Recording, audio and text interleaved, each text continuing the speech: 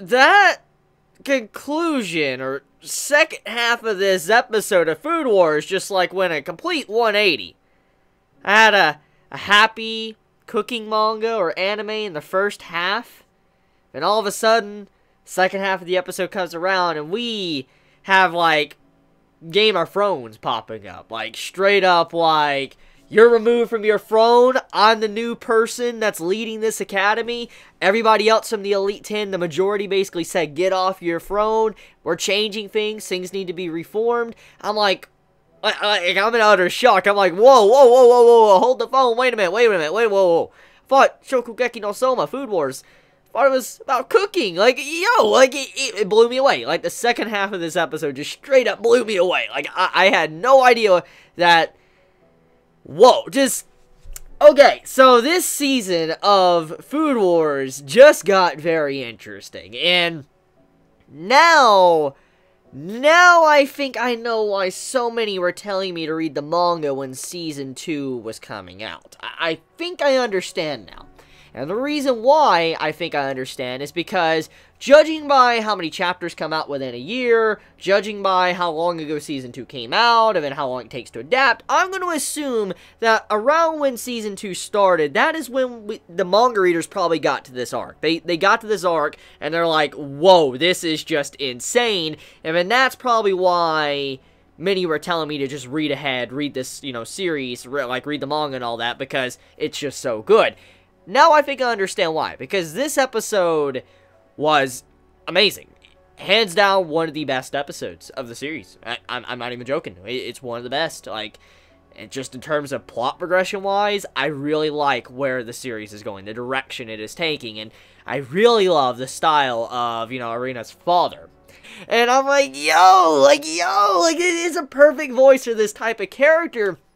The way he was introduced, and the way he's acting all smug and all that, acting like things need to change, I'm like, this is just straight up, like, perfect, just this character introduction. I really like the design. Love the hair design, the suit and all that, just big fan of it. Big fan of the character design, big fan of the voice acting, just overall a quality character introduction that really shows that this is going to be a very interesting season of Shokugeki no Soma.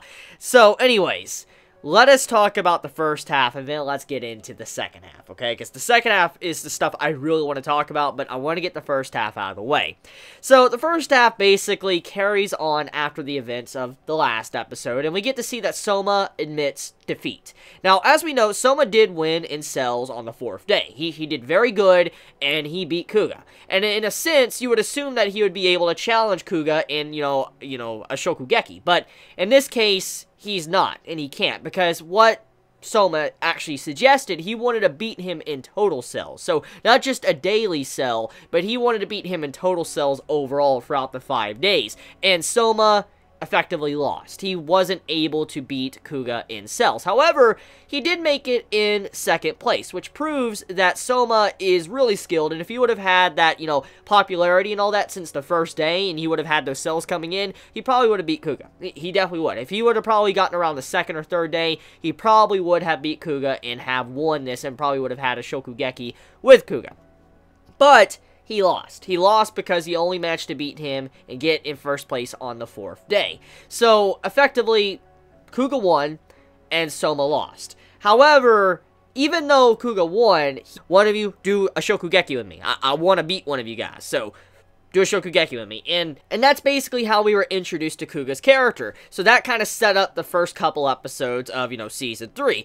Soma trying to beat Kuga. But basically, even though Soma did this, he asked someone to have a Shokugeki with him, Kuga did the exact same thing a year prior. He asked the Elite 10, someone challenge me, and eventually the first seat was like, okay, I'll challenge you and all that, let's do this, and he lost. And Kuga's like, look, in the next year when we have, the big, festival coming around, if I get top cells in this area for 5 days in a row, will you challenge me once again? So it's kind of like a promise. Very similar to how, Soma made a promise with Kuga. Basically, Kuga made a promise also with the #1 seat to have a Shokugeki with him. And Soma lost and wasn't able to get what he wanted, and Kuga lost as well. Since he lost on the 4th day, he didn't win all 5 days, and so he can't have a Shokugeki with the first seat. So overall, both of them lost. And I really like the analogy from what Rindo said. She's like, both of them went to war, and nobody won. Both were losers. Both didn't win at all. And I guess that was pretty interesting and a correct way to kind of analyze the situation. Even though, you know, Kuga won in the end against Soma, he didn't technically win, because his actual fight was with the first seat, which he didn't get. So that's what happened. So I like this. I like the first half and how it was concluded, and how these two characters are very similar. Kuga and Soma, very similar. Very, very similar in terms of their desires to reach the top and all that, and get better at cooking. You can see they're very similar. So most likely, as things carry on, I can see Kuga being a very important character for this upcoming arc, especially after the reveal of Arena's father. I mean, it's obvious Kuga is going to play a very big role. But I like Kuga's character. I like how that was concluded. So I like, you know, how this arc kind of officially ended. Now, getting into Rindo's character. So Rindo, we get a little bit more characterization about her in this episode. And she apparently was going around sampling over like 120 or 150 places. Forgive me if I got the number wrong. But basically, it was over 100. It was easily over 100 places that Rindo was going around sampling around the entirety of the festival. Which is just absolutely mind-boggling. In 5 days, she managed to go to every single little, you know, restaurant or food stall and get food from them and test it out. Now, automatically seeing this, it shows that she is someone that actually likes, she really likes food, but also she goes with the flow, and she likes to see how the academy is. And in this case, when you see how she teams up with the majority to kind of overthrow, you know, what's going on in the school right now, it kind of like, why would she do that when if she really had that type of viewpoint to where she wanted to change things, and she wanted, like, these people, to hire up people to be more in power, why would she join them? When clearly she was going around testing out food from even the people that can't really even sell food at all. So, for her to do something like that, I'm going to assume that she's the type of character that just goes with the flow. She is like someone that, if there's a big wave coming in and all that, and she could either sit on the beach and just chill and watch it, or she could get on the wave and then be a part of the, you know, the wave and direct the wave. I think that's what she likes to do. She's probably that type of character that likes to have everything exciting. She likes exciting things and doesn't like to be bored. She likes things to constantly be stirred. The pot being stirred instead of the pot being just standing still and being like it always is. She likes to have that flavor, something different going on. And that's probably the best way to describe her character. That's what I'm assuming from the way she was introduced, or especially the characterization she's been given in this episode. So, getting into the second half. The second half is very crucial, because it's now setting up for, I'm assuming, the tone of Season 3. What Season 3 is really going to be about. And that is changing the academy, but also trying to change it back to what it once was, and even better.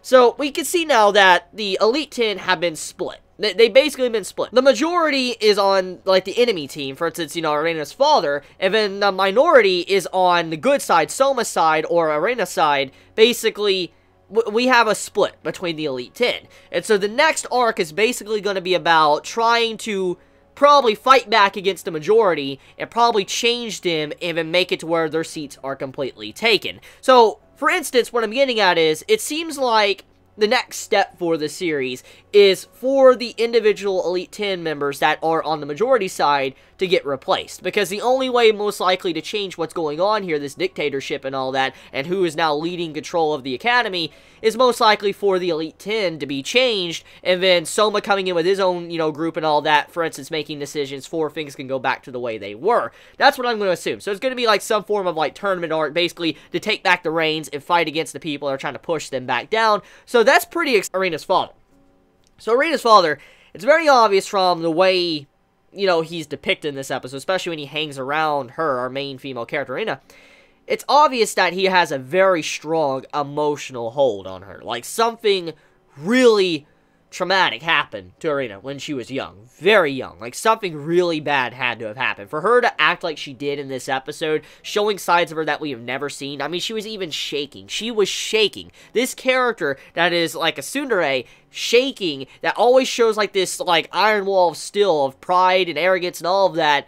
Basically, she was shaking. She seemed very fragile in that moment, which shows what type of hold her father must have over her. So, I'm very curious exactly what happened, and why was this man, you know, exiled in the first place. I mean, we already kind of see reasons why, but most likely it has something to do with Arena, and probably what happened to her upbringing, or whatever happened, you know, with her family. Most likely that is probably going to be a very big part of this arc. And I'm looking forward to it because most likely, judging by the way this is going, Soma's probably going to have a big role of probably removing the shackles, probably that her father holds over her, that, you know, holds her down, pins her down, where she probably can't make much progression.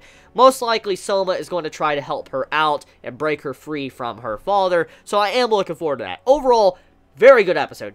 Tremendously good episode. Like, it was one of the best episodes of the series, because just the plot reveal, what's going to happen, how we all thought this was just going to be a standard cooking manga, but it's no longer just a cooking manga. Just overall, a very good episode. I gotta say, had me thoroughly entertained.